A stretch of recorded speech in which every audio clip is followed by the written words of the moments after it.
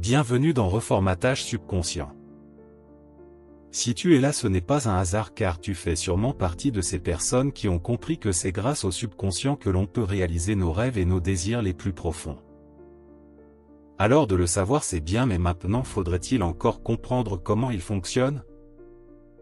Et surtout pouvoir mettre les choses en pratique et le transformer dans la matière, dans notre monde physique. Donc l'idée est, comme vous le voyez, de reformater son inconscient pour accomplir nos objectifs. Pour commencer ce petit tuto, nous allons dans un premier temps comprendre qu'on a ce qu'on appelle une mécanique interne comme on le voit ici.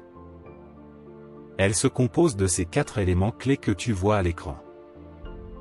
En premier, le potentiel, ça veut tout simplement dire que l'on a tous un certain potentiel qui en réalité est illimité.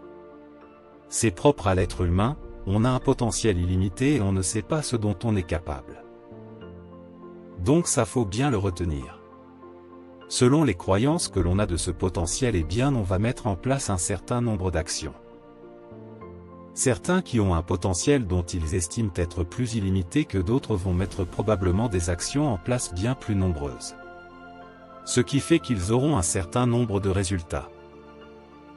Donc plus d'actions, plus de résultats. Et ces résultats viendront faire que justement vos croyances vont être soit de plus en plus limitantes, soit au contraire de plus en plus illimitées.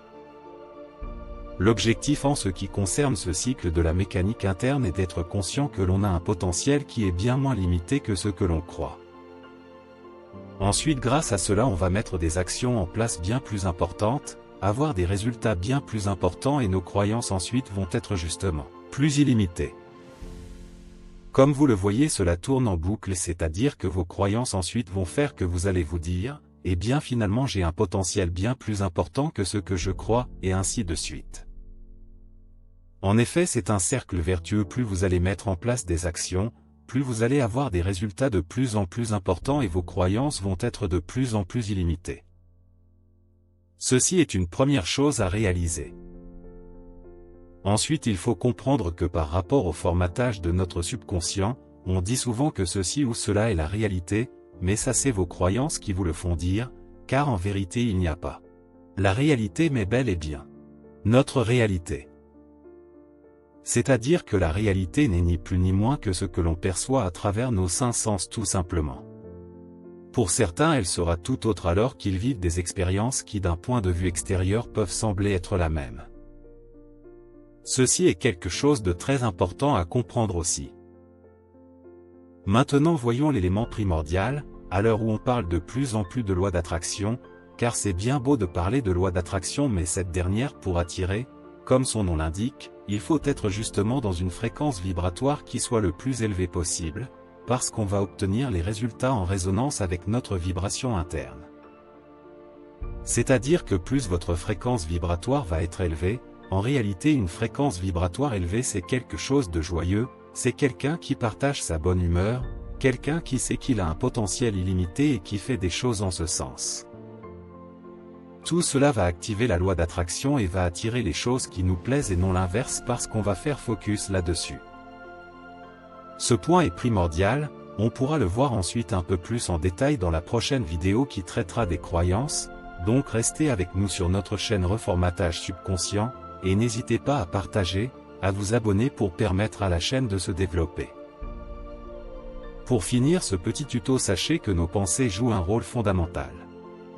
On estime que l'on a environ 60 000 pensées par jour, et le problème c'est qu'on s'identifie à elles, et bien souvent vos pensées d'hier sont les mêmes qu'aujourd'hui. D'ailleurs Einstein lui-même disait que c'était de la folie de vouloir des résultats différents en ayant les mêmes pensées chaque jour et c'est tout à fait vrai parce que sinon il n'y a rien qui change. Si vous voulez avoir des changements et voir des résultats différents, il faut que vos pensées soient autres pour que les actions et les résultats soient autres, puis vos croyances vont évoluer également car vous allez voir un monde totalement différent. Voilà pour cette vidéo, la prochaine traitera un petit peu plus en profondeur des croyances et de ces schémas internes qui vont faire que l'on peut, ou pas réaliser ce qui nous plaît le plus dans notre vie. Faites-moi savoir si ce type de format vous plaît en commentant sous la vidéo pour qu'on puisse échanger, et faites partager notre chaîne, mettez un petit j'aime, tout cela nous permettra de continuer à grandir. Je vous remercie pour l'écoute et à très vite.